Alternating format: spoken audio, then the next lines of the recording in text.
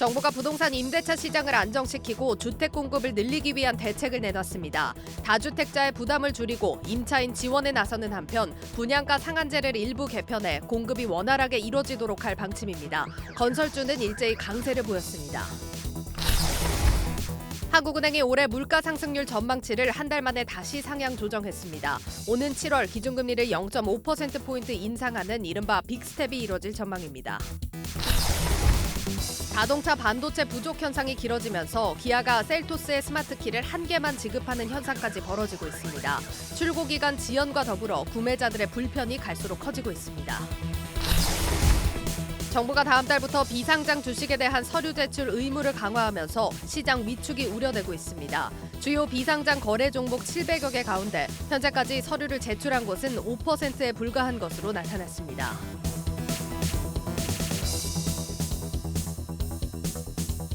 여러분 안녕하십니까? 힘차게 우주로 날아오른 누리호처럼 우리 6월 21일 뉴스플러스도 힘차게 시작하겠습니다. 증시 프리즘 박혜린 기자와 함께하겠습니다. 박 기자, 증시가 오늘 반등에 성공은 했는데 이제 바닥이 왔느냐 이렇게 물어보기엔 좀 민망한 요즘입니다. 맞습니다. 아직은 속단하기는 조금 이릅니다. 전문가들은 분석의 영역을 벗어난 시점이라며 아예 바닥을 논하지 말라, 이조차도 무의미하다 이렇게 말하고 있습니다. 오늘 코스피 투자자별 매매 동향을 한번 살펴볼까요? 외국인과 개인은 파는 가운데 기관만 홀로 사들이며 상승세를 부추겼습니다. 주요 수급 주체인 외국인은 계속해서 매도세를 이어가고 있고요. 환율이 안정이 돼야 외국인의 귀환을 기대해 볼 수 있을 텐데 내로라 하는 전문가들조차 원달러 환율의 고점을 가늠하기 어렵다고 혀를 내두르는 상황입니다. 자꾸 좀 양치기 소년이 돼서 그런지 모르겠는데 이 전문가들도 좀 분석을 내놓기가 민망한 모양이죠? 네, 맞습니다. 다만 이 9월 이후에는 외국인 수급이 변곡점을 맞을 수 있다는 전망도 나옵니다.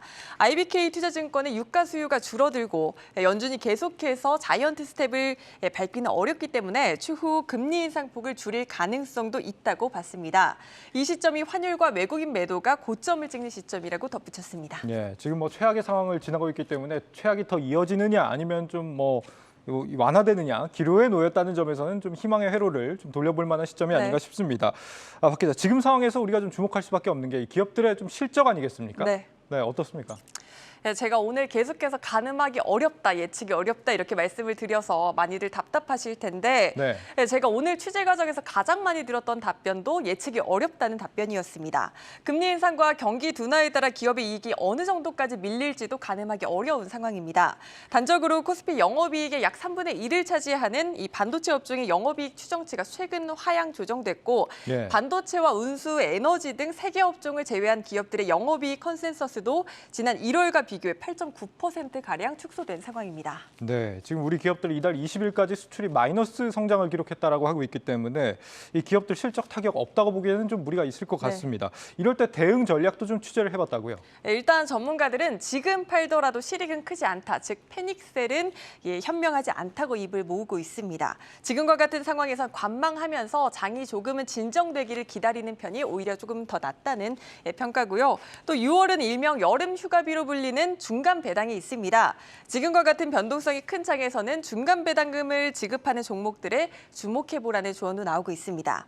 배당금이 속쓰린 장에서 위로도 될 것이고 주가 방어 측면에서도 매력적일 것이란 설명입니다. 미래에셋증권에 따르면 이달 분기 배당에 나설 것으로 예상되는 종목은 총 89개인데요. 엠브레인과 크레버스, 리드코프 등이 높은 배당 수익률을 기록할 것으로 전망됩니다. 솟아날 구멍은 그래도 있다는 거군요. 네, 그렇습니다. 또 유진투자증권 등은 올해 실적 눈높이가 오르고 있는 에너지나 산업재 업종과 주가 수익 비율이 최근 하락폭이 굉장히 컸던 건강관리 등의 업종에도 관심을 가져볼 것을 조언했습니다. 또 경기 방어주로 불리는 통신주 등도 두각을 나타낼 것이라는 설명이 나타나고 있고요. 또 포트폴리오를 한번 다시 짜본다면 스태그플레이션의 리스크 해지 가능성을 고려해서 정유 혹은 방산, 자동차 등에도 주목해보라는 조언이 나오고 있습니다. 주식이 아니라 금과 채권에도 눈을 돌려보라는 조언도 나오는데요. 실제로 장기적인 관점에서 상대적으로 가격 메리트가 생긴 이른바 안전자산이 투자처로 꼽히면서 최근 자금이 몰리고 있습니다. 배성재 기자 리포트 보고 오겠습니다. 국내 대형 증권사 4곳의 올해 국내외 채권 판매량입니다. 모두 합쳐 24조 원, 작년 같은 기간에 비해 무려 60% 넘게 늘었습니다. 신용도가 높아 인기가 있는 회사채의 판매량은 최근에 시장 불황이 무색할 정도입니다. SK의 올해 첫 공모회사채 발행을 위한 수요 예측에는 1조 원에 가까운 금액이 몰렸습니다. 올해만 13조 원가량 발행된 한전 회사채도 없어서 못 사는 실정입니다. 이처럼 채권이 인기를 끌고 있는 건 주식을 대신해 위험을 분산할 수 있는 데다 가격이 저렴해 매력적이라는 배경이 작용하고 있다는 설명입니다. 미국 연방공개시장위원회가 발표한 점도표상 2024년부터는 금리가 내려갑니다. 따라서 2년 뒤를 내다보고 가격이 떨어진 채권을 저가 매수하는 투자가 늘었다는 겁니다. 시중금리가 올라가기 시작하면은 채권 가격은 오히려 떨어지는 상황인데 상당히 저렴한 구간이라고 치면은 미국제 10년물을 산 다음에 내년 정도 가서 금리를 인하한다고 했을 때 10년물을 팔고 2년물로 다시 접근하는 전략을 현재로서는 추천을 드리고 있습니다. 지금 시점에서 국내물을 사는 것들도 나쁘지 않다. 같은 관점에서 금 또한 점차 매력적인 투자처로 떠오르고 있습니다.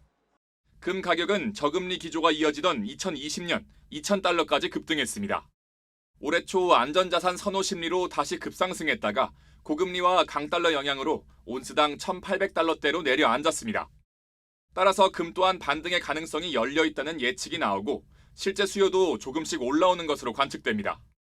연준의 금리 인상이 조금 어떻게 마무리되고 첫 번째 금리 인하가 좀 언제쯤 시작하는지가 좀 가늠이 되는 시점부터 금 가격이 좀 다시 급등세를 좀 보일 수 있다라고 생각을 하고 있어서 이제 4분기 중에는 이제 금 가격도 좀 반등의 가능성이 좀 열려 있다라고 말씀을 드릴 수 있을 것 같아요.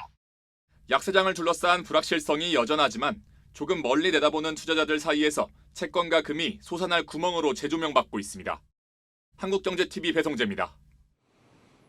금과 채권에도 관심을 가져보라는 조언까지 들어봤습니다. 증시프리즘 박혜린 기자였습니다.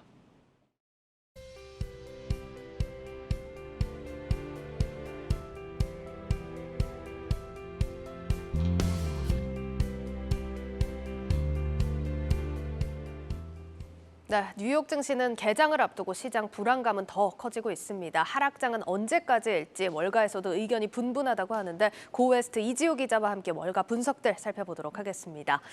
이 기자 먼저 월가 분석 살펴보기 전에 지난주 상황이 좋지 않아서 좀 개장 걱정이 됩니다. 네, 지난주 뉴욕 증시 주요 지수부터 좀 살펴보도록 하겠습니다. 네, 보여주시죠. 네, 나오지 않는데 네. 지난주 S&P 500 지수는 5.8% 떨어졌고 다우 지수와 나스닥 지수는 각각 4.8% 떨어졌습니다. 금리 인상에 민감한 성장주들이 큰 폭으로 하락을 했지만요. 특히 연준의 자이언트 스텝 행보로 인해서 경기 침체에 대한 우려가 커지면서 하락세가 증시 전반에 좀 확산되는 모습이었다. 이렇게 정리할 수가 있겠습니다. 네, 알겠습니다. 월가 분석 좀 바로 들어다 볼 텐데 일단 경기 침체 우려가 커지고 있지만 긍정적인 분석들도 나오고 있더라고요. 네, 캐나다의 억만장자 투자자이자 투자의 귀재로 알려진 케빈 오리어리가 대표적인데요. 네. 그는 미국 경기 침체기가 오지 않을 것이라고 단언할 수는 없지만 당장은 경기 침체기가 올 것이라는 주장에는 증거가 없다 이렇게 좀 밝히고 있는 상황이었습니다. 예. 그러면서 내가 투자하고 있는 기업들의 재무제표 데이터와 현금 흐름을 보면 일부 민간 기업들은 여전히 건재하며 이번 분기를 잘 나고 있다 이렇게 평가를 했는데요. 다만 아쉬웠던 점은 어떤 기업에 주목하고 있는지는 특정하지 않았다는 점입니다. 알겠습니다. 자, 그러면 이번 하락장을 좀 저가 매수의 기회로 볼 수도 있다. 이런 의견도 있나요? 네, 그런 의견도 있어서 좀 가져와 봤는데요. 네. 일단 테슬라의 초기 투자자이자 베론 캐피털의 설립자인 론 베런이 바로 그 예입니다. 지금이 바로 일생일대의 투자 기회라면서 이 지금의 하락장은 오히려 기술주들의 저가 매수 기회가 됐다 이렇게 보고 있었는데요. 그러면서 테슬라나 스페이스 X 등에 좀 투자를 하고 있다 이렇게 전했습니다. 또 월가 강세론자로 꼽히는 제레미 시걸 와튼 스쿨 교수 역시도 좀 이런 의견을 밝혔는데 올 들어 하락세가 좀 지속이 되고 있지만 이 하락장을 잘 이용해야 된다면서 지금 투자를 할 경우에는 1년 뒤에 결코 후회하지 않을 것이다 좀 이렇게 밝히고 있는 상황이었고요. 예. 하워드 막스 오크트리 캐피털 회장 역시도 인플레이션 시대에는 좋은 기업의 내재 가치에 투자를 해야 된다면서 좋은 기업에 투자하면 장기적으로 좀 돈을 벌 수 있다고 믿어야 한다 이렇게 강조하고 있었습니다. 네, 정말 1년 뒤에 좀 웃을 수 있었으면 하는 바람인데 네. 일단 현실로 다시 돌아와야겠죠. 비관적인 분석이 아직까지는 좀 많은 상황 아닙니까? 네, 맞습니다. 좀 엇갈린 전망들이 있어서 또 반대 의견을 가져와 봤는데요. 예. 억만장자 투자자의 스탠리 드러켄 밀러는 좀 이렇게 얘기를 했습니다. 시장에 대해서 비관적인 전망을 제시했는데요. 그는 미국 경기의 경기 침체기가 임박했다고 하면서 현재 상황에서 경기 침체 없이 인플레이션을 잡는 소프트 랜딩이죠. 그러니까 연착륙이 가능성이 매우 희박하다 이렇게 밝혔습니다. 그러면서 이런 상황에서는 공격적으로 나서는 것보다는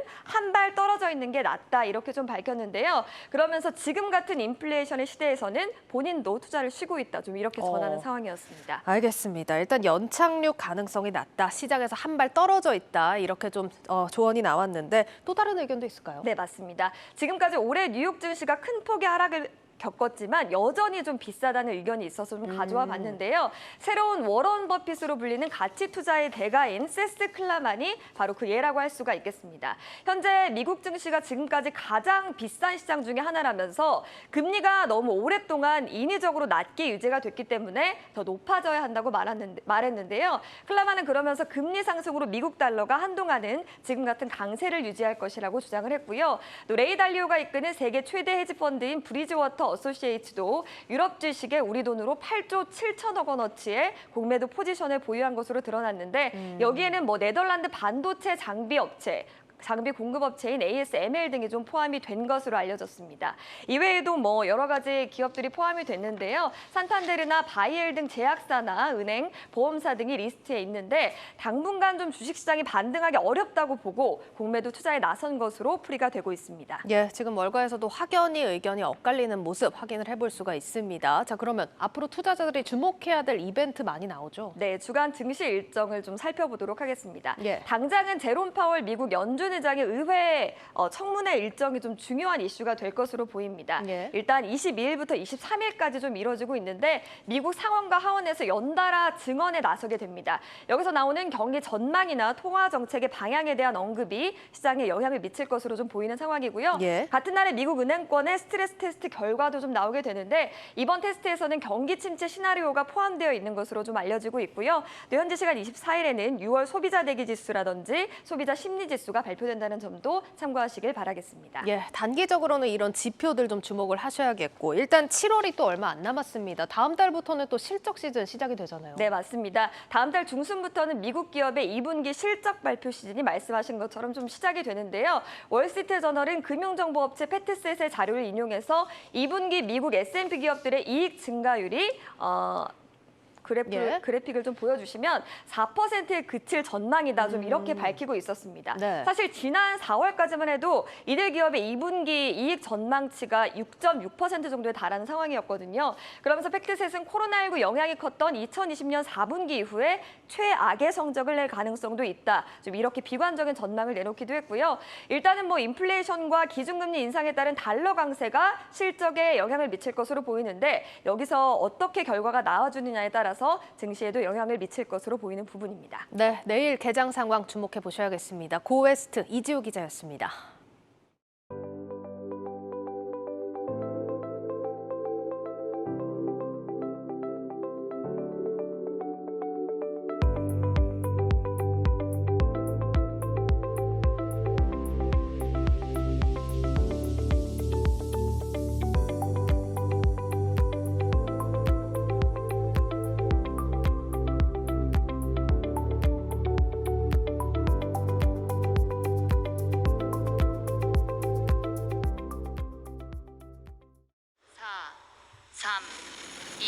엔진 점화 이륙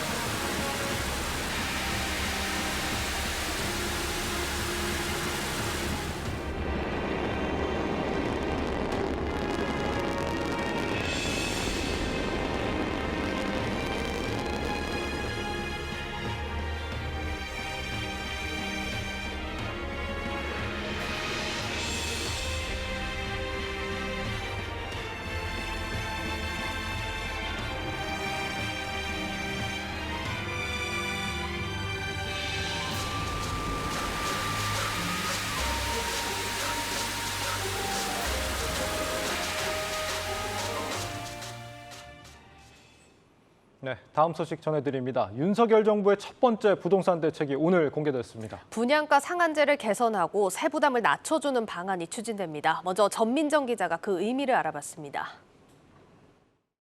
정부가 이번에 내놓은 부동산 시장 정상화 방안은 공급 확대를 위한 걸림돌인 분양가 규제를 손질하는 데 초점이 맞춰져 있습니다. 핵심은 분양가 상한제와 고분양가 심사제 개편입니다. 서민 주거 안정을 위한 부동산 시장 정상화 과제도 역점 추진하겠습니다. 분양가 상한제의 가격 산정 기준을 합리적으로 조정하여 주택 공급을 촉진하고 분양가 상한제는 주택가격 안정을 위해 택지비와 건축비, 가산비를 모두 더한 금액 이하로 분양가를 제한하는 제도인데 그동안 업계에선 재건축, 재개발과 같은 정비 사업을 추진할 때 필수적으로 발생하는 비용이 제대로 가산비에 반영되지 않아 현실화가 필요하다는 지적이 꾸준히 제기되었습니다. 정부는 이에 분양가를 산정할 때 세입자 주거 이전비와 영업 손실 보상비, 거주자 이주비에 대한 대출 이자 등을 필수 경비로 인정해 주기로 했습니다. 최근 원자재값 상승으로 인한 건설사의 공급난 해소를 위해 공사비도 현실화합니다. 2008년 이후 그대로인 자재 가격 조정 항목을 현재 많이 사용하는 품목으로 바꾸고 철근과 레미콘과 같은 주요 자재 가격이 합쳐서 15% 이상 오를 경우 정기 고시를 한 지 3개월이 지나지 않아도 조정할 수 있도록 할 계획입니다. 분양가 상한제 적용 지역 외에서 시행되는 고분양가 심사제 역시 비슷하게 바뀝니다. 앞으로는 건자재 가격이 급등하면 그 상승분 일부를 분양가에 가산하고 시세 비교에 필요한 단지를 선정할 때도 그 기준이 준공 20년 이내에서 10년 이내로 낮아져 분양가가 합리적으로 산정될 수 있게 됩니다. 이번 개선안으로 분양가가 최대 4%까지 오를 것이라는 게 정부의 기대. 건설사의 부담이 줄어 그간 미뤄졌던 도심 지역의 분양 물량도 하반기엔 쏟아질 것이란 관측입니다. 이와 함께 정부는 근본적인 주택시장 안정을 위해 오는 9월까지 청년 맞춤형 주거 지원과 주택 250만 호 공급에 대한 로드맵도 내놓기로 했습니다. 청년들이 선호하는 GTX 환승 가능 지역, 3기 신도시의 자족 용지 인근 등 교통이 편리하고 일자리가 풍부한 입지에 진입 장벽을 낮춘 청년주택 공급 계획을 마련하여서 연내에 첫 공급에 착수하도록 하겠습니다. 세제 정상화 차원에선 종합부동산세 부담도 낮춥니다. 1세대 1주택자가 6억 원 아래 상속주택이나 지방주택을 추가로 보유하게 되더라도 또 규제 지역에서 일시적으로 2주택자가 되더라도 종부세상 1주택자 혜택을 유지할 수 있도록 할 방침입니다. 세율 인하와 같은 근본적인 종부세 개편안은 다음 달 세법 개정안을 통해 공개됩니다. 한국경제TV 전민정입니다. 정부의 이번 분양가 상한제 개편으로 분양가 상승이 예고되고 있습니다. 원자재가 상승으로 부담을 겪고 있는 건설사들에게는 단비 같은 소식이라고 하는데 산업부 방서우 기자와 들여다보겠습니다. 방 기자, 이게 건설사들한테 그동안 분양가가 그렇게 큰 문제였습니까? 네, 일단 이제 건설사들은 굉장히 이번 분양가 상한제 개편으로 좀 숨통이 트였다는 그런 반응을 보였습니다. 예. 일단 건설사별로 다르지만 이제 주택 사업이 이제 실적에서 차지하는 비중이 한 평균 60% 정도 되거든요. 예. 그래서 이제 각종 비용을 좀 분양가에 전가시키는 구조로 분양가 상한제가 개편되면서 주택 공급에 보다 우호적인 환경이 조성된 겁니다. 이 분양가 상한제가 이제 기존 분양가 상한제가 아무래도 새 아파트 가격을 누르는 데 중점을 두다 보니까 집값 안정이라는 당초 목적과 달리 오히려 분양을 미루는 구실로 전락을 했고, 이런 부작용은 또 레미콘이나 철근 같은 자재 가격이 급등한 상황을 제대로 반영하지 못하는 올해 들어 더욱 심화됐습니다. 이렇게 대형 사업지 분양이 좀 밀리면서 올해 상반기 서울에서만 아파트 분양 물량이 전년 동기 대비 한 40% 정도 감소했습니다. 예를 들어 뭐 가까운 예를 들어봐도 좀 이제 둔촌주공 재건축 사업 있죠. 이것도 이제 표면적으로는 뭐 조합과 이제 시공단의 공사비 갈등이지만 그 이면에는 좀 분양가 상한제를 피하기 위해서 분양을 미루다가 이런 문제가 생긴 겁니다. 따라서 이제 분양가 상한제와 좀 이제 고분양가 심사제 적용 지역이 좀 이제 민간 택지를 기준으로 전국에 한 500곳, 사실상 전국 대부분의 지역에 해당되는 만큼 좀 이번 대책으로 인해서 끊기다시피 한 주택 공급이 촉진될 것이라는 해석이 지배적입니다. 지금 같은 경우는 이제 이자 부담 때문에 부동산 시장이 좀 다소 침체되는 국면 아닙니까? 이런 상황에서 분양가가 오른다, 미분양으로 이어질 수 있다, 이런 우려도 가능할 것 같은데요. 이 미분양이라는 게 좀 대체로 새 아파트 분양가가 좀 기존 주택 가격 대비 큰 경쟁력이 없을 때 발생하는 문제입니다. 네. 그런 의미에서 이번 대책으로 미분양이 발생할 만큼 좀 분양가가 크게 치솟지는 않을 것이라는 게 업계의 중론입니다. 국토부 시뮬레이션에 따르면 이제 철근이나 레미콘 가격이 이제 도합 한 15% 정도 오른 상황에서 좀 이런 뭐 조합원 이주비나 이런 것들을 최대한 가산비에 반영을 했을 때 정비사업장 분양가가 1.5%에서 최대 4% 상승하는 효과가 있었습니다. 이제 물가 상승률이 한 4.7%인 점을 감안하면 뭐 최대로 올라도 물가 상승률에는 미치지 못하는 거죠. 예. 또 이제 건설업계 전반적으로 원가율이 오르면서 한 영업이익이 1% 정도 이상 깎이고 있는데 이런 상황을 감안하면 이제 악화된 수익성을 일부 만회하는 수준으로 분양가가 오르는 셈이고요. 또 반대로 자재 수급 여건이 개선되면서 가격이 내려간다면 또 건설사 원가 부담이 줄 것이고 따라서 분양가에 미치는 영향도 미미할 것이라는 전망입니다. 그러니까 마진이 늘어난다기보다는 그냥 최근에 비싸진 자재값을 반영하는 수준이다 이거네요. 네. 4% 오르는 거면 여전히 이제 새 집 분양가가 주변 집값보다 더 싸다는 말이 되기 때문에 이게 이제 매수 수요가 꺾일 정도는 아니다, 이런 얘기 같습니다. 이번 대책으로 이 주택 공급이 늘어난다면 수혜를 보는 건설사가 있겠죠. 어디가 예상이 됩니까? 일단 증권가에서는 이제 건설업종 전체에 대해서 좀 2분기 실적을 바닥으로 좀 앞으로 실적을 회복할 것이라는 전망을 내놨습니다. 다만 이번 대책이 약간 정비 사업장에 주로 적용되는 만큼 좀 이제 현대건설을 최선호주로 꼽는 증권가들이 많았는데요. 예. 이제 정비 사업을 포함한 올해 분양 예정 물량이 한 3만 가구 정도로 이제 상장 건설사 중에서 굉장히 가장 많고요. 또 이 목표치를 달성하는 속도도 현재 가장 빠른 곳이 현대건설입니다. 네. 또 이제 앞으로 한 3년에서 4년 뒤 실적에 반영될 정비사업 관련 일감도 현재로선 가장 많이 확보한 것으로 파악이 되는데요. 이제 사업별로 조금은 다르겠지만 이제 리모델링의 경우 수주 시점부터 최소 2년 뒤, 또 재개발과 재건축은 한 3년에서 4년 뒤부터 실적에 반영될 수 있는데 이런 정비 사업을 상반기에만 이제 7조 원가량 수주했습니다. 물량을 이미 많이 확보했고 또 공급만 제때 이루어진다면 실적 성장은 어렵지 않을 것이라는 분석입니다. 네, 잘 들었습니다. 산업부 방서후 기자였습니다.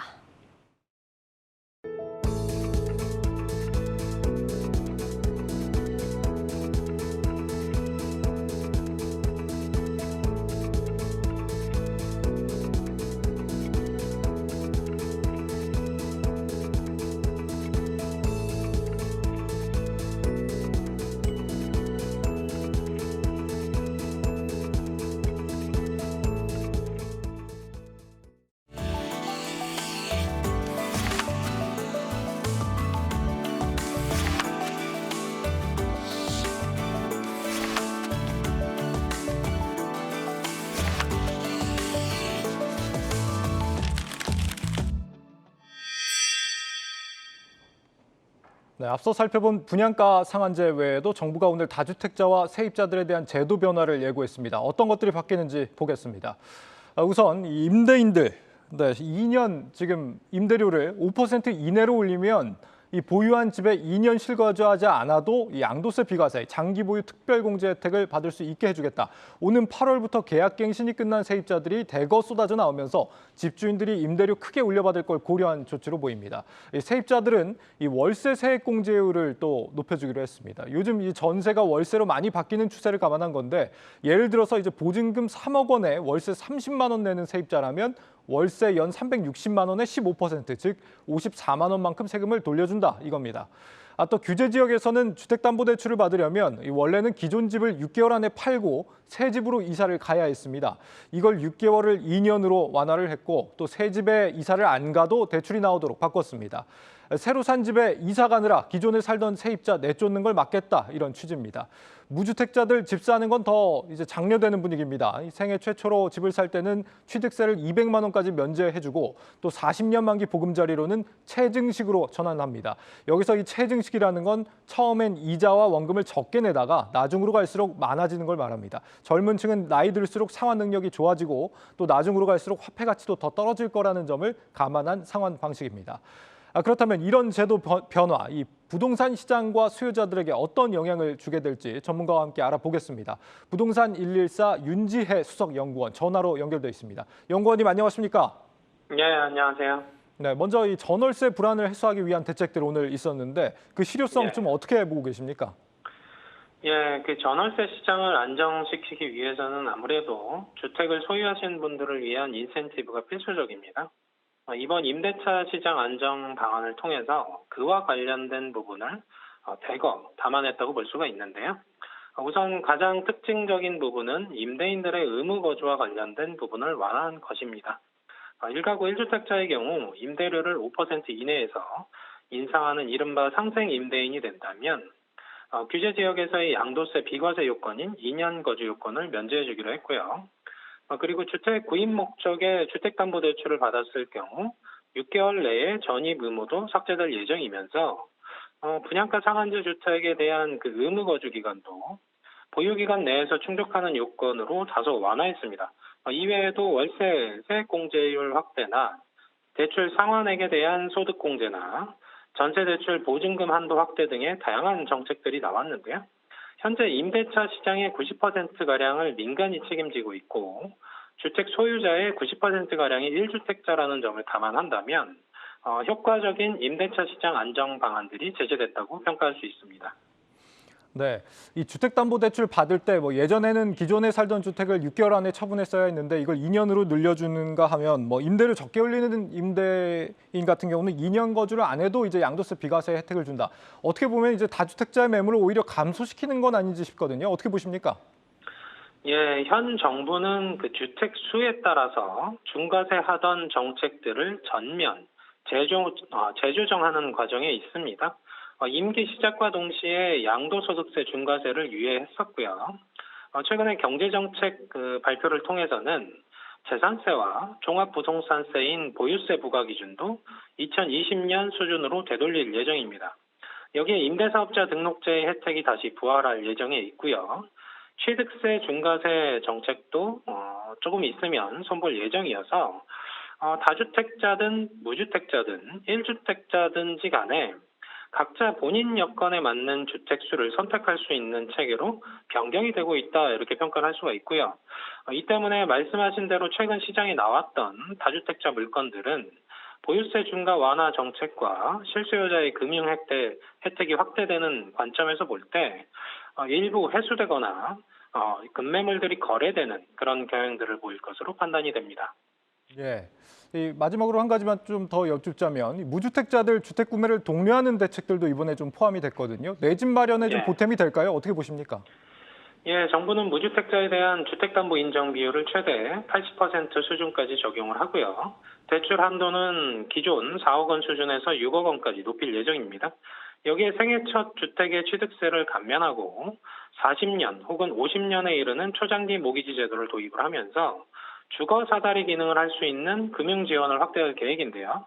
따라서 무주택자이면서 현재 생애 최초로 주택 구입을 고려하시는 분이라면 한국은행의 금리 인상에 따라서 이자 부담이 늘어나는 시기에 임박했음에도 불구하고 주거 불안전성이 높은 전월세 시장보다는 안정적인 주거 공간을 확보하기 위해 매매를 고민하시는 분들이 늘어날 전망입니다.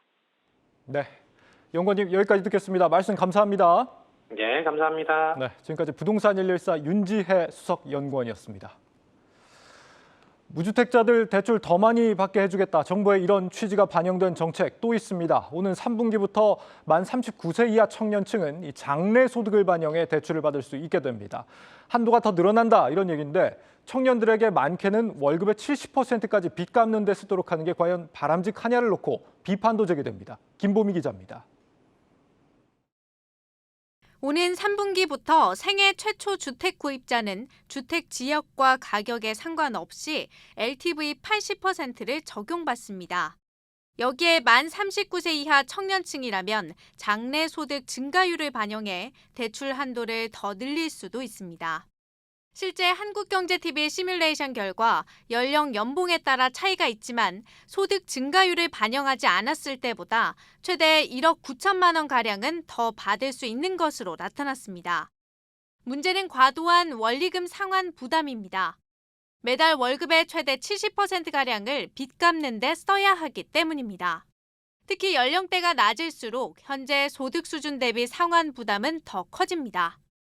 장래소득 증가율 반영 시 만약 금융회사가 리스크 관리 차원에서 대출 금리를 높게 산정한다면 이자 부담은 이보다 더 늘어날 수 있습니다. 여기에 주택담보대출 최고금리가 올해 안으로 연 7에서 8%대로 상승할 수 있다는 전망도 나오는 상황.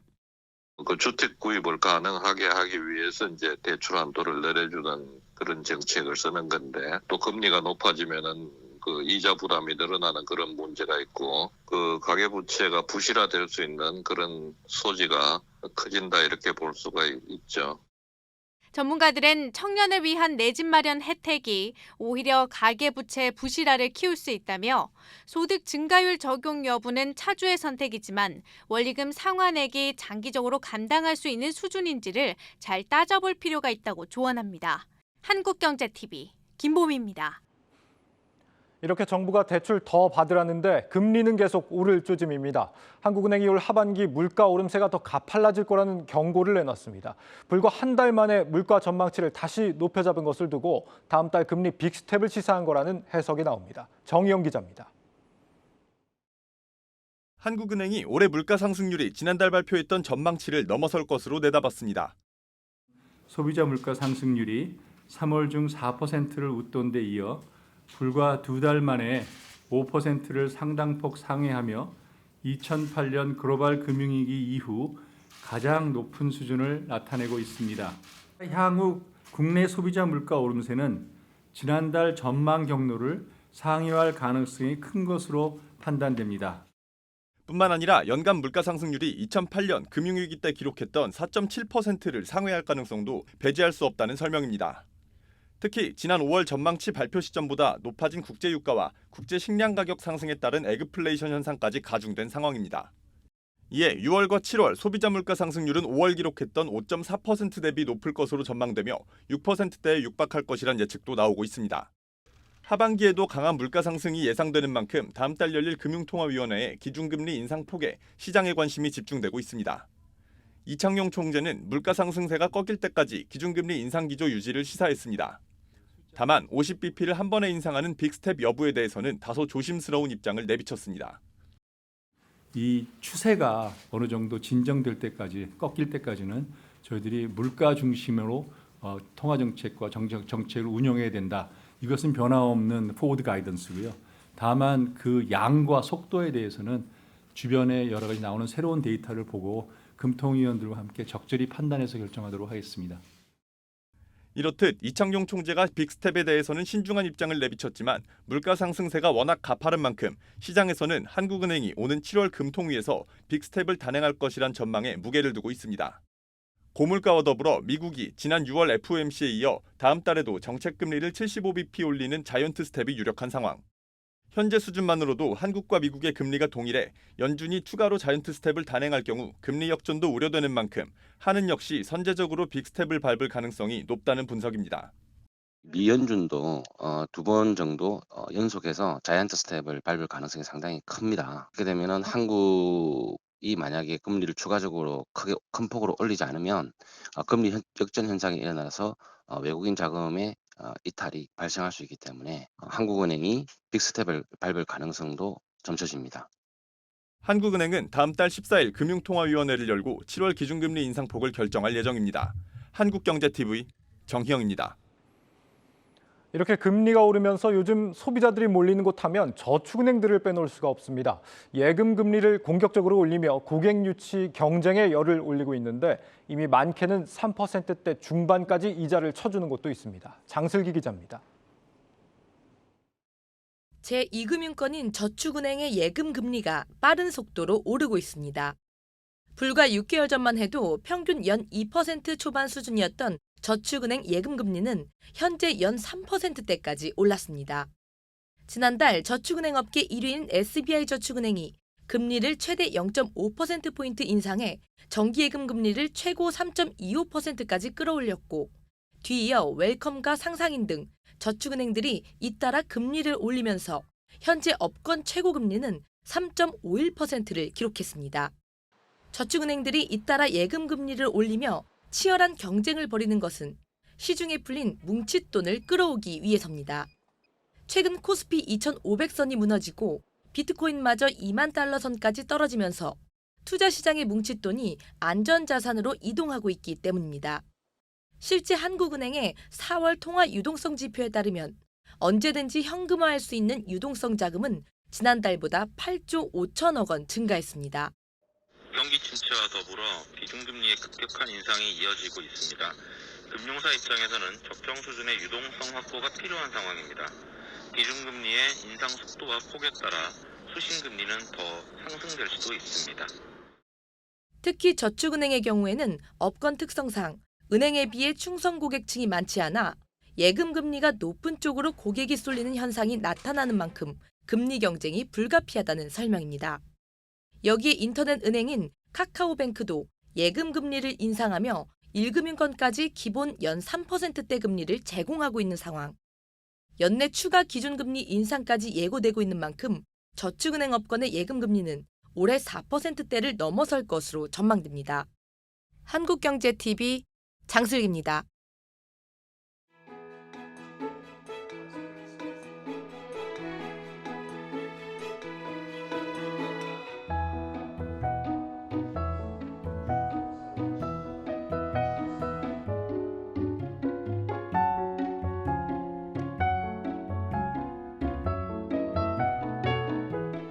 응진이 100년 후에 가면은 이 역사관이 젊은 사람에게 아마 큰 새로운 영향을 줄 수도 있으리라고 생각합니다. 거의 42년 제가 만든 제품, 제가 한 모든 것이 다 있습니다.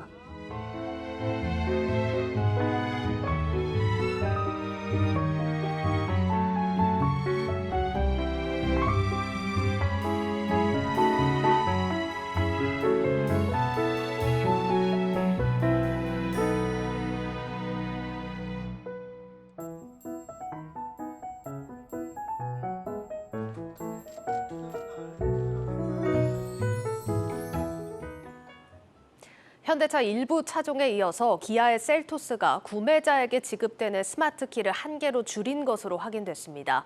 차량용 반도체 부족 상황이 갈수록 심각해지고 있다는 얘기인데 문제는 이런 현상이 길게는 2년까지 이어질 수도 있다는 전망이 나오고 있습니다. 신재근 기자가 단독 보도합니다. 기아가 셀토스 구매 고객에게 일시적으로 스마트키를 하나만 지급하기로 했습니다. 차량 출고를 앞당기기 위해서입니다. 기존에는 스마트키를 2개씩 지급했지만 스마트키에 들어가는 반도체를 구하기 어려워 차량 출고가 한없이 지연되자 꺼내든 고육지책입니다. 다른 차종보다 기간은 짧지만 현재 셀토스를 주문하면 출고까지 6개월 이상 기다려야 합니다. 기아 영업점 관계자는 스마트키를 1개만 우선 지급하고 나머지 1개는 반도체 수급 사정이 나아지면 지급하기로 했다고 밝혔습니다. 기아는 스마트키 개수를 줄인 대신 셀토스 구매 고객에게 엔진오일 교환권을 주기로 했습니다. 다른 완성차 제조사들도 상황은 비슷합니다. 앞서 현대차는 이달 초부터 캐스퍼와 아반떼 구매 고객에게 스마트키를 1개씩만 지급해오고 있고 쌍용차는 모든 차종의 스마트키를 하나로 줄였습니다. 수입차 브랜드 중에선 아우디가 스마트키를 1개만 지급하고 있습니다. 스마트키를 비롯해 차량에 들어가는 반도체가 턱없이 부족해 차량 생산이 지연되고 있기 때문입니다. 올해 5월까지 기아의 누적 차량 생산량은 58만 대로 작년 같은 기간보다 6% 가까이 줄었습니다. 전동화로 전환되면서 반도체 수요가 폭증하게 된 것이 반도체 부족 문제는 생산 설비 확장이 필요하기 때문에 짧게는 1년, 길게는 2년까지도 공급난 해소가 되지 않을 수 있습니다. 도무지 해결 기미가 안 보이는 반도체 부족 사태로 차를 구입한 소비자들이 애타는 기다림을 하고 있습니다. 한국경제TV 신재근입니다.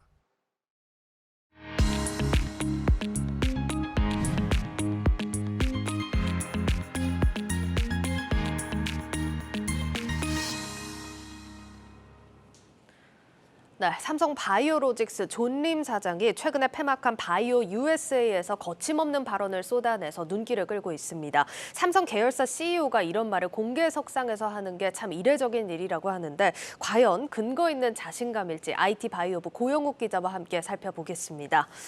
고 기자, 제가 일부러 멘트를 소개 안 드렸는데 어떤 발언이 나왔습니까?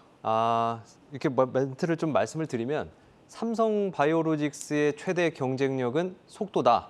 남들은 뭐 4년씩 걸려서 짓는 공장을 2년 반, 3년이면 짓는다라고 이렇게 멘트를 했었는데 이게 뭐 존림 사장이 존림 사장이 삼성바이오로직스에 합류를 한 게 2018년이에요. 그러니까 얼마 안 됐고 사실 직전에는 글로벌 1위 제약사인 로슈에서 CFO를 지냈었는데 어떻게 보면 이제 외부의 여러 제약사를 거친 그 외부의 영입 인재가 좀 객관적인 시선으로 이걸 좀 분석을 했다라고 볼 수 있습니다. 알겠습니다. 그리고 또 나온 발언들을 보니까 생산 능력에 대한 자신감도 엄청나던데요. 네, 그렇습니다. 그 존림 사장은 그 CMO 분야에서만큼은 CMO 특히 이제 그 생산 능력 면에서는 우리가 론자를 앞섰다 이렇게 말을 했는데요. 사실 뭐 이 얘기가 어제 오늘 나온 얘기는 아닙니다. 그런데 이 얘기가 왜 나왔냐면 그 이제 그 해당 간담회에서 론자와의 경쟁력을 비교하는 부분에 대해서 이제 설명을 했었거든요. 근데 이제 매출로 봤을 때는 그 론자가 시장 점유율로 25%로 1위입니다. 1위가 맞고요. 삼성바이오로직스 같은 경우에는 9.1%로 2위입니다. 그런데 이제 생산 능력을 봤을 때는 삼성바이오로직스가 현재 36만 4천 리터로 1위, 그리고 론자가 30만 3천 리터로 2위입니다. 삼성바이오로직스가 올 초부터 이제 계속해서 이제 모든 공장이 완전히 가동되는 상태에 가까운 상태거든요. 이제 오는 이제 10월 달이죠. 10월에 그 4공장을 6만 리터 부분 가동을 하기 시작하고 내년에는 완전 가동을 하게 되는데 이렇게 되면은 62만 리터에 달하는 생산 능력을 갖게 됩니다. 그렇게 되면 이제 2위 론자하고는 2배에 가까운 초격차를 이제 이루게 되는 건데요. 사실 뭐 그 경쟁사들 뭐 론자라든지 아니면 베링거 인겔하임 같은 이런 경쟁사들도 계속 이제 그 생산 능력을 늘리려고 투자를 하고는 있습니다. 근데 이게 아직 삼성바이오로직스를 따라잡기에는 좀 역부족이다 이렇게 볼 수 있습니다. 그런데 지금 한 가지 좀 아쉬운 게 매출이 생산 능력에 못 미칩니다. 이 부분을 좀 격차를 줄일 수 있는 방법이 있을까요? 맞습니다. 지금 그 한마디로 하면은 그 시간 문제다 이렇게 말씀을 드릴 수 있을 것 같아요. 그 존림 사장이 올해 2분기까지 그 누적 수주한 물량이 지금 79억 달러에 이른다고 말을 했었는데요. 이미 이제 매출로 잡힌 그 수주 물량을 빼더라도 앞으로 10년간은 한 우리 돈 5조 원이 넘는 그런 먹거리가 남아 있습니다. 그리고 여기에 이제 아직 가동도 안 한 4공장에 대해서 선수주가 지금 이제 시작이 됐다고 밝혔거든요. 전체적인 이제 시장 방향도 점점 위탁 개발 생산 쪽으로 이제 움직이고 있고 또 이제 생산 실적이라든지 아니면은 이제 시장의 신뢰가 쌓여갈수록 수주량은 물론이고 이제 매출도 계속해서 이제 가파르게 늘어날 것이다 이렇게 볼 수 있습니다. 네, 지금 쭉 들어봤지만 당연히 실적에 대한 기대가 나올 것 같습니다. 어떻습니까? 네, 뭐 삼성바이오로직스 다 아시겠지만 지난해 최대 실적을 맞습니다. 기록을 했죠. 네, 매출 1조 5천억 그리고 영업이익 5,300억 원을 기록을 했는데 올해는 여건이 더 좋습니다. 네, 그동안에 이제 항체 의약품 시장에 이제 집중을 했었는데 최근에는 이제 3공장에서 그 메신저 리보핵산 이게 mRNA라고 하죠. 이 그 원료 의약품 생산 시설을 늘리면서 관련 의약품 생산까지 수주할 수 있는 그 기반이 마련이 됐습니다. 또 이제 삼성바이오 에피스 지분을 이번 4월에 100% 인수를 했거든요. 그러면 이제 바이오시밀러 개발은 물론이고 또 신약 개발에 도전할 수 있는 기반까지 갖추게 됐습니다. 그래서 증권가에서는 올해 그 삼성바이오로직스의 연간 매출을 한 2조 정도로 보고 있고 영업이익은 6,500억 원을 전망하고 있습니다. 최근에 이제 대신증권에서 낸 그 리포트를 봐도 삼성바이오로직스의 경쟁력을 그 1, 2, 3공장 가동 효율성 증가로 꼽으면서 4공장 가동에 앞서서 선수주 확대한 것을 긍정적으로 평가했습니다. 목표 주가는 6개월 110만 원으로 제시했습니다. 네, 올해도 역대 최대 실적 경신이 기대되고 있습니다. 삼성바이오로직스의 성장성 살펴봤습니다. IT바이어부 고영국 기자였습니다.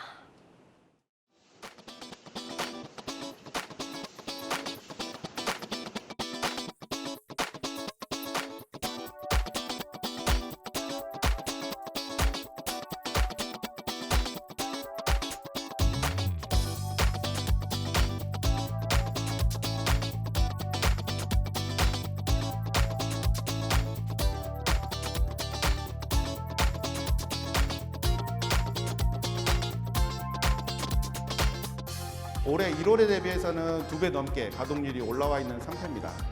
올해 대부분 날씨가 덥다고 하다 보니까 저희 올해 목표는 이 더위를 잘 이겨낼 수 있도록 최대한 많은 아이스크림을 만들어서 공급하는 게 저희 목표고요.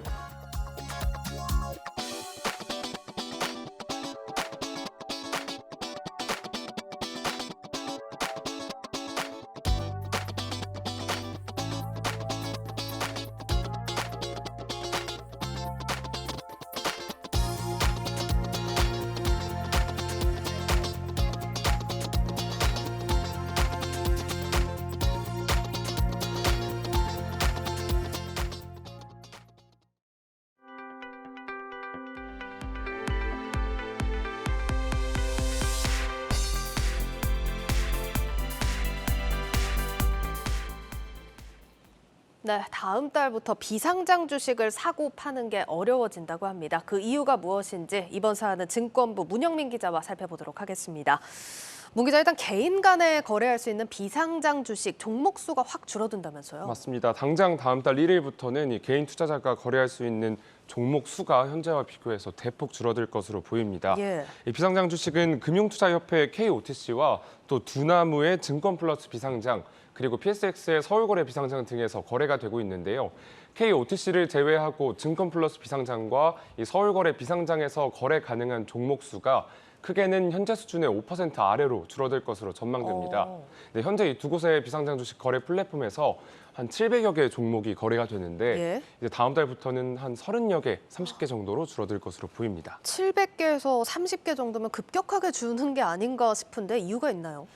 금융위원회가 이 비상장 주식 거래를 위해서 기업들이 지켜야 할 요건들을 대폭 좀 높여놨는데요. 예. 이 비상장 주식 유통을 원하는 기업은 공시 책임자 1명을 필수로 지정을 해야 하고요. 또 사업보고서와 감사보고서 등을 플랫폼을 통해서 꾸준히 공시를 해야 합니다. 발행 기업 입장에서는 굳이 비상장 주식 플랫폼에서 주식을 유통해야 할 이점이 없어진 건데 이 정부 기준에 맞게 제도 정비 및 공시 서류 등을 제출하고 또 해당 플랫폼에 매매를 등록한 기업은 현재 30곳 안팎으로 파악이 됐습니다. 알겠습니다. 요건을 충족하는 기업들이 확 줄어들었다 이런 얘기인데 금융위원회가 이런 결정을 내린 배경이 있을까요? 금융위가 이런 결정을 내린 배경에는 아무래도 일반 투자자들에 대한 보호를 강화하겠다는 그런 목표입니다. 예. 이 비상장 주식 거래 플랫폼인 증권플러스 비상장과 서울거래 비상장은 지난 2020년 4월 1일 금융위로부터 혁신금융서비스로 인정을 받았는데요. 금융위는 올해 3월 혁신금융서비스 지정 기간을 2년 더 연장하면서 이번 달 말까지 투자자 보호 장치를 마련하고 또 강화하는 것을 조건으로 내걸었습니다. 금융투자협회 KOTC는 제도권 아래에서 관리가 되고 있어서 투자자 보호가 잘 이뤄지고 있지만 증권플러스 비상장이나 서울거래 비상장은 투자자 보호에 취약하다고 바라본 겁니다. 이에 따라 해당 플랫폼 사업자들은 정기 공시 서류 미제출, 또 수시 공시 불이행 기업 등에 대해 공표를 해야 하고요. 또 매매 거래 정지나 등록 해제 등 불성실 공시법인 지정 기준도 마련해야만 합니다. 일단 투자자 보호를 강화하겠다 이런 취지는 당연히 이해가 됩니다. 그런데 일단 30개로 줄어든다. 시장 위축이 너무 우려되는 상황 아닙니까? 맞습니다. 안 그래도 현재 비상장 주식 시장 자체가 좀 쪼그라들고 있는데 그러니까요. 이제 다음 달부터는 더욱더 쪼그라들 것으로 전망이 되고 있습니다. 예. 지난해 비상장 장외 주식 시장의 하루 평균 거래 대금을 살펴봤더니 56억 원 정도였는데요. 올해 들어서 이달까지 6개월여간 일평균 39억 원으로 줄어들었습니다. 이미 줄어들고 있네요. 맞습니다. 시가총액도 보면 올해 초와 비교해서 현재 30% 이상 급감을 했고요. 이 증권플러스 비상장과 서울거래 비상장에는 현대오일뱅크나 또 그 토스로 유명한 비바 리퍼블리카, 또 두나무, 야놀자 등과 같은 기업들이 거래가 되고 있는데요. 이 시가총액을 보면 현대오일뱅크만 해도 15조 원이고요. 이 두나무는 9조 4천억 원 가량 정도로 굉장히 무거운 기업들입니다. 업계 관계자들은 비상장 주식시장에서 기업 가치가 높은 기업들이 더 이상 매매되지 않는다면 당연히 해당 시장의 위축은 빠르게 진행될 것이라고 설명했습니다. 예, 시장 위축 속도가 가팔라질 거다 이런 우려 당연한 것 같고요. 또 다른 우려 사항은 없습니까? 아무래도 금융위의 인허가를 받아서 비교적 안전하게 거래가 되는 이 플랫폼, 여기서 거래가 되는 게 아니라 법의 테두리 바깥에서 거래가 될 경우에 이 새로운 투자자 피해가 나타날 수 있다. 이런 우려가 있습니다. 사실 증권플러스 비상장이나 서울거래 비상장과 같은 플랫폼이 등장하기 전까지는 비상장 주식 거래는 주로 커뮤니티나 브로커 등을 통해서 이루어졌습니다. 비상장 주식의 시중 가격을 속여 파는 사건, 또 매수자에게서 돈을 받고 매도자에게 전달하지 않는 사건 등이 발생했었는데요. 과거와 같이 정보의 비대칭성과 거래의 불안전성, 또 개인정보 유출 등의 문제가 발생할 수 있다는 지적이 나오고 있습니다. 금융당국이 투자자 보호를 위해 세운 장벽이 아이러니하게도 새로운 투자자 피해를 낳을 수 있다는 겁니다. 더불어 앞으로 상장을 통해서 이 자금을 유치하려는 이른바 유니콘 기업들이 증시 자체를 기피하려는 현상까지 발생할 수 있습니다. 이러한 점에서 무조건적인 규제 강화보다는 수요 기업의 현실적인 요구도 일정 부분 수용해야 한다는 목소리가 나오고 있습니다. 네, 오늘 내용 잘 들었습니다. 증권부 문영민 기자였습니다.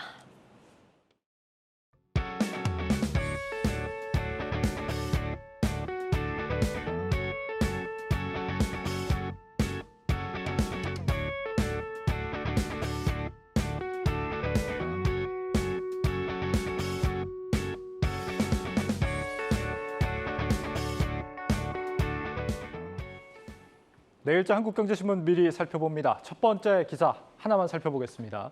금융당국이 어제 이 국내 은행들의 이자 장사를 경고하고 나섰죠. 금리 상승기에 이자 놀이로 손쉽게 돈 번다 이런 지적인데 실제 그런지 한국과 미국의 4대 은행을 비교해봤다고 합니다. 그랬더니 올 1분기 국내 4대 은행의 순이자 마진은 1.5% 내외 수준으로 1.6에서 2.1%인 미국의 4대 은행보다 오히려 낮았다고 합니다. 이런 상황에서 이자 장사라는 비판이 나오는 배경으로 예금보다 대출 상품이 금리 변동에 더 취약하게 설계돼 있기 때문이라는 지적도 나옵니다. 이자가 거의 없는 자유 입출식 예금의 비중이 절반에 달하는 반면에 대출은 변동금리가 80%에 달해 대출금리 인상 속도가 예금금리보다 빠를 수밖에 없다는 겁니다. 또 국내 은행들의 수익 구조에서 이자 장사가 차지하는 비중이 절대적이고 건전성 지표도 미국 은행들에 비해 떨어지고 있어 당국의 지적이 일부 타당하다는 분석까지 전해드리겠습니다. 뉴스플러스를 마치겠습니다. 여러분 고맙습니다.